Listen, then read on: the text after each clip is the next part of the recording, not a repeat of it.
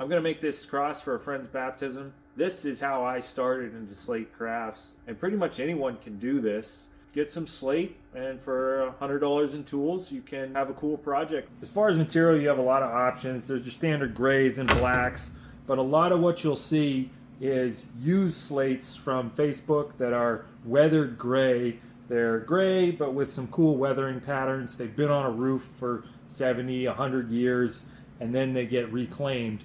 But also there's reds, there's purples, there's greens, there's a mix of gray and blacks. There's a lot of different options. And to get material, you can search on Facebook or look up your local slate roofer, give him a call, tell him you want to come look through his material yard for some project slates, and they'll have every color, size, shape you can think of because they need them for repairs and they're just leftovers from jobs.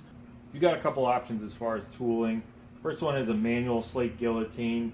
These work really well and they have a little spike that you can actually pop holes in the slate. Second is converting a pair of sheet metal shears over.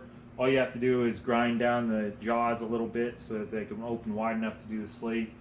Really takes the manual work out of cutting if you have a lot to cut. The final option is a tabletop nibbler. Works great. You got a great work surface, can cut a lot of things. Has a straight edge, so you can get perfectly repeatable cuts. We made a couple thousand awards for a dog show this past year, and this thing made it a breeze. Just push it through. If you're doing your first project, start with something simple. Square coasters, hearts, circles, or a cross is a great first project. It's all straight lines, not a lot of intricate cuts. You're probably going to break a couple, but they're not that expensive, and that's part of the learning process. Some of these, like the bison, really push the limits of what the slate can do. I personally break a lot of bison when I'm making them.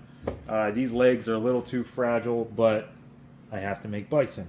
I made all these patterns because I was making multiples of these shapes. But if you want to make a custom design, all you have to do is print it out on a piece of paper, cut it out, trace around your shape onto the slate, and then go try and cut it. So we're going to make an 8-inch wide cross. And all you do is you put it down on the slate, and then I use a Soapstone pencil and just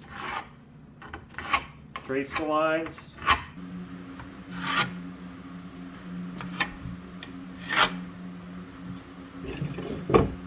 The way these guillotines work is you just put pressure down on, and it slowly cuts its way through the individual layers of the slate.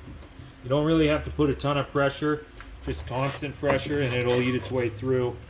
It's a lot easier for thinner slates than thicker ones.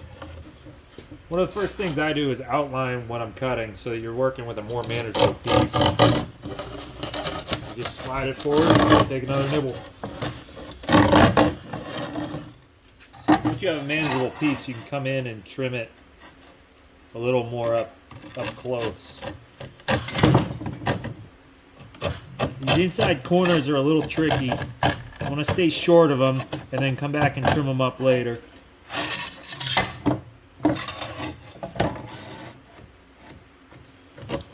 You want to leave the line. Do not take the line because then you won't have a guide for what you're trying to cut to. And that exactly right there is why you want to leave it a little short, because you're not going to be able to cut all the way to the edge. It's going to chip out, so you got to manage how it chips out. You want to get it pretty close on the first try, because when you're coming back, if you don't have material on both sides of the blade, it'll try and push you one way. So it's a little tough to trim it and touch it up after the fact.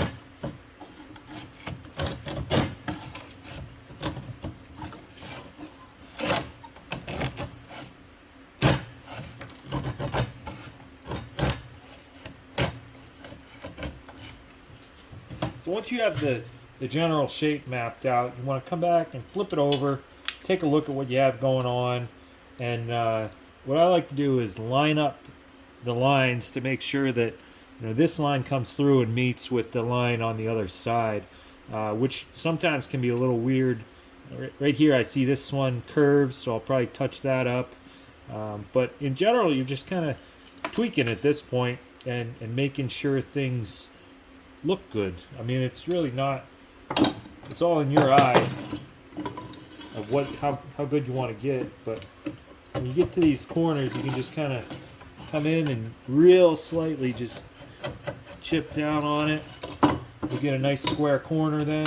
And then you can just use your finger to knock some of the stuff out. Because you're getting pretty thin on these corners, so it's going to be pretty easy to take it off. And this is where I'm going to take some of that curve out. You can look down and see how you're doing as far as straightness. Looks pretty good.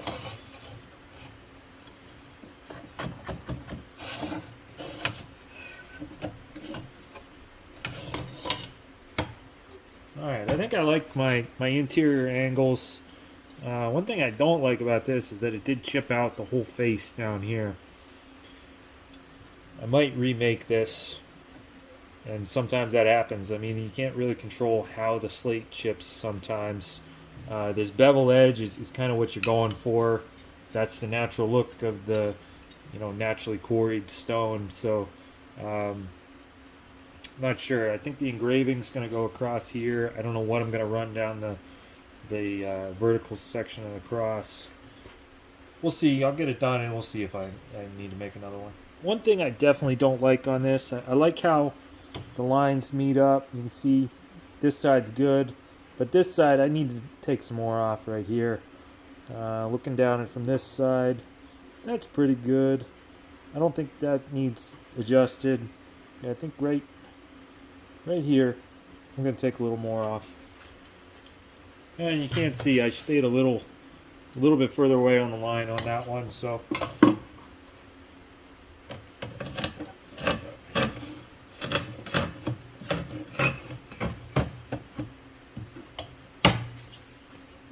alright, let's see. I think that's pretty good. I think I'm going to leave it like that. I don't, it is natural, so there's no guarantee the next one would be better. I probably could make it better, but I think I'm okay. One last thing I am going to do is shorten it up. I make these long in case people want to mount them in a specific way, but I'm going to make this one a little shorter.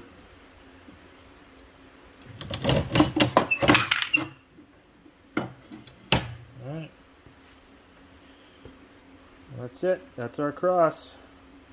This is what it's going to look like. Just God bless Chase Nicholas, baptized in Christ. If you have access to a laser, it's a great way to make a customized gift. Any laser makes a great contrast on the black slate.